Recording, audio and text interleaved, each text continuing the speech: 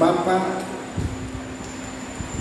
sudah tadi diperkenalkan oleh panitia. Nama saya Pastor Ignatius Simbolon, yang memang dikatakan oleh Bapak Subakti bahwa ini adalah persekutuan lansia.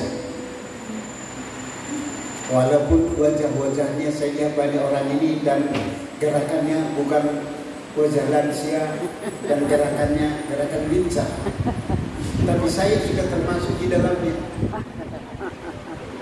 Umur saya sekarang 74 tahun, maka saya sudah masuk di dalam umur emas.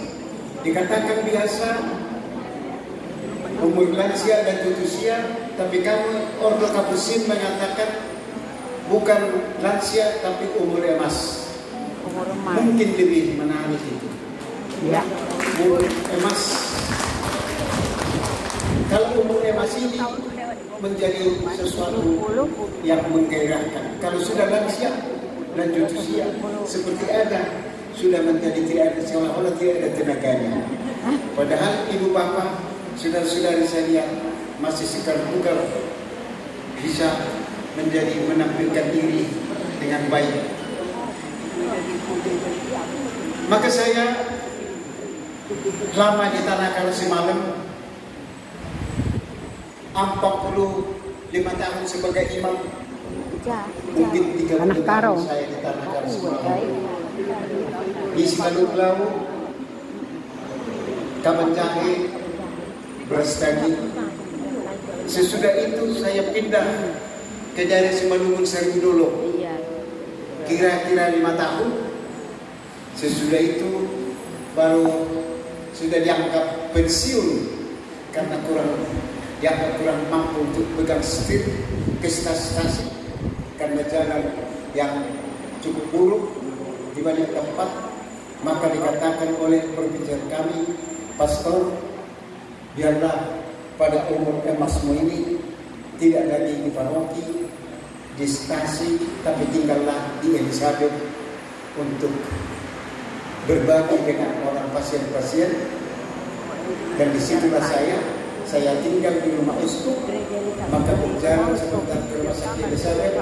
Sudah setiap pagi saya bisa bertemu dengan orang-orang yang banyak juga lansia teman kita, tapi ada juga yang masih muda, tapi memang dia harus dirawat di rumah sakit. Jadi rasanya kalau saya berasal dari Pengururan, Simbolon dari Pengururan, dan masih naik ke atas Stonggi-Tonggi, Kecamatan Ronggolehuta. Kalau ada orang Ronggolehuta di sini dari kecamatan sana Perdulu, maka wajah saya juga wajah Perdulu. Itulah saya rasa perkenalan kita, Ibu Bapak, yang secara singkat. Saya diundang di sini untuk berbagi, maka karena lansia yang bertemu di sini, memang hati saya pun berkobar-kobar. Rupanya temanku umur emas yang akan saya temui. Jadi ini dari teman seperasaan, teman seperjalanan. Dengan itu hati saya menjadi untuk menjawab Bapak Subakti. Oke, saya akan datang. Maka kiranya pertemuan kita diberkati oleh Tuhan. Amin. Ibu bapak, saudara-saudari yang dicintai Tuhan, sebelum saya menyampaikan renungan kita, panitia menyampaikan kepada saya menjadi sumber permenungan kita yang diambil dari 2 Timotius bab 3 ayat 1 sampai 2. Dikatakan demikian. Itulah. Rupanya mata saya pun memang sudah gagal. Jadi gimana tulisan ini pun tulisan kitab suci pun bukan untuk orang yang kabur. Dalam kitab suci juga lah Pak. Tadi berat kan kontra tempat sendiri kok kurat. Timotius bab 3 ayat 1 sampai 2.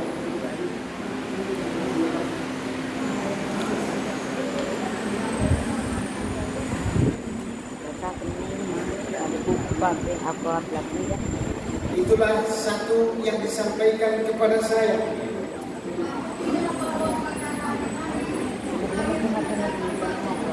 Ya, saya akan membacakannya. Ketahuilah bahwa pada hari-hari terakhir akan datang masa yang sukar. Manusia akan mencintai dirinya sendiri dan menjadi hamba uang. Mereka akan membual dan menyombongkan diri. Mereka akan menjadi menfitnah. Mereka akan berontak terhadap orang tua dan tidak tahu berterima kasih, tidak peduli agama.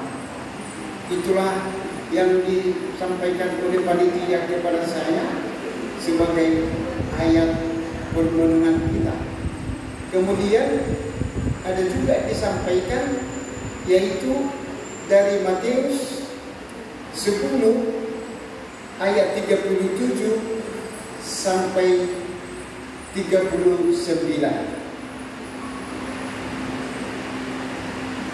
Sama buku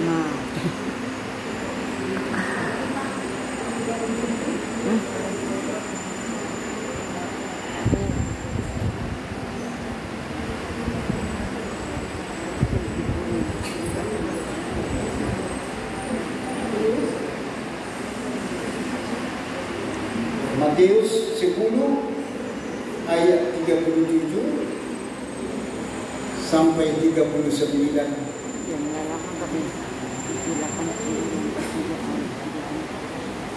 Ada membacakan sama. Demikian dikatakan, siapa saja yang mengasihi ayah atau ibunya lebih daripada aku, ia tidak layak bagiku. Siapa yang mengasihi anaknya, laki-laki atau perempuan, lebih daripada aku, ia tidak layak bagiku. Siapa yang tidak memikul salibnya dan mengikuti aku, ia tidak layak bagiku. Siapa yang mempertahankan nyawanya, ia akan kehilangan nyawanya. Dan siapa yang kehilangan nyawanya karena aku, ia memperolehnya. Ibu bapak, saudara-saudara yang dicintai Tuhan, kami akan membagikan kepada kita umat Allah di sini kerajaan Allah di dalam kehidupan kita sehari-hari. Kita semua sejak kecil sudah mendengarkan kerajaan Allah yang disampaikan oleh para pengkhotbah dan juga mungkin melalui bacaan-bacaan dari majalah rohani yang kita baca dari guru-guru agama sudah dikatakan tentang kerajaan Allah. Maka kerajaan Allah itu merupakan bagian yang sangat penting di dalam kehidupan kita sebagai orang Kristiani. Rasanya kerajaan Allah menjadi titik sentral di dalam pengajaran, dogma ataupun katekese permenungan yang dimiliki orang Kristiani tentang kerajaan Allah. Dari kitab suci, kalau kita mendengarkan, membaca, datanglah kerajaanmu di dunia seperti di surga. Yang dari Matius 6 ayat 10 dalam doa Bapa kami, yang selalu kita doakan itu dalam kehidupan kita saat-saat kita beribadat, ibadat resmi di gereja kita masing-masing. Doa Bapa kami ini merupakan doa yang sangat penting karena itu berasal dari Yesus sendiri, diajarkan kepada murid-muridnya Dan itu pula yang kita warisi sampai sekarang di dalam mengikuti Yesus Kristus sendiri. Kemudian Yesus mengatakan, bertobatlah, kerajaan Allah sudah dekat. Pada permulaan, yaitu permulaan masa puasa kami orang Katolik, teks ini akan dibacakan, akan direnungkan, dan juga akan ditandai dengan abu. Pada penembakan kita, itama abu di depan tahun lain. Itulah tanda pertobatan, dan teks ini akan dibaca. Kerajaanku bukan dari dunia ini, tapi dari surga. Itulah kata Yesus waktu dia diadili. Kemudian kerajaan Allah itu seumpama biji sesawi, gandum, pohon anggur, dan ragi. Banyak lagi yang dikatakan perumpamaan tentang kerajaan Allah. Maka Ibu Bapak, pada kesempatan ini kita mencoba mengingatkan kembali apa itu kerajaan Allah sebenarnya menurut pengalaman Ibu Bapak, saudara-saudara yang dicintai Tuhan, menurut perasaan dan boleh dikatakan dalam hidup sehari-hari. Apa itu kerajaan Allah? Kerajaan Allah yang saya mengerti dulu diajarkan oleh dosen saya di seminari tinggi. Kerajaan Allah itulah hubungan manusia baik dan benar dengan Tuhan. Hubungan yang baik dari manusia dengan Tuhan, di mana Allah sendiri merajai dalam hidup kita, di dalam hati kita, dalam pikiran kita, dalam perasaan kita. Tuhan yang merajai, yang mengambil tempat, yang meresapi kehidupan kita. Disitulah Allah meraja, dan disitulah Allah bekerja. Kemudian kita yang sebagai manusia yang menerima Allah yang meraja dalam hidup kita, dalam hati kita, dalam pikiran kita, maka kita menyembah Allah, kita memuji Allah, dan itu bisa kita ungkapkan di dalam ibadat-ibadat kita di gereja kita masing-masing. Kerajaan Allah itu kita terima dan alami di dalam gereja kita masing-masing, di dalam ibadat kita, di dalam liturgi yang kita rayakan setiap harinya atau minggunya.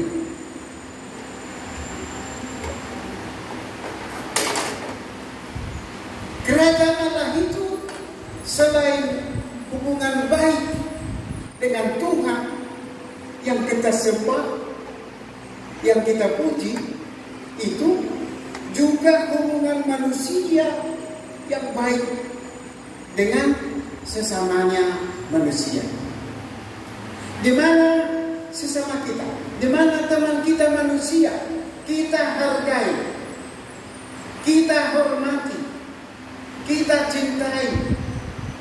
Disitulah Allah berkarya dan kerajaan Allah hadir pada saat kita bersekutu seperti sekarang ini kita di sini. Kerajaan Allah itulah satu. Jadi hubungan baik kita dengan Tuhan, disitulah kita sembah Tuhan, Tuhan beraja dalam hidup kita. Kemudian dengan sesama kita manusia kita bertemu, menjua-jua kalimubu, menjua-jua bibi, horas kaburu, horas lain, ada kabar kasihan, saya Tuhan, ayo, relasi dirayakan, kadang-kadang bersalaman juga. Inilah hubungan baik kita dengan sesama kita, di mana manusia itu saling mengerti dan juga saling mengampuni. Disitulah kerajaan Allah. Kerajaan Allah. Mengampuni masyarakat lainnya. Yang ketiga, hubungan baik manusia dengan alam ciptaan ini. Ini juga menjadi tempat kehadiran kerajaan Allah, di mana kita simbiosis mutualistis, kita hidup bersama dengan alam ciptaan ini, atau hewan pun dan dengan tumbuh-tumbuhan ini sama-sama hidup kita, Ibu Bapa sebagai ciptaan Allah. Dan memang kalau sehatlah alam ciptaan ini bersahabat dengan kita manusia, maka kehidupan kita menjual-jual, sehat-sehat, horas-horas.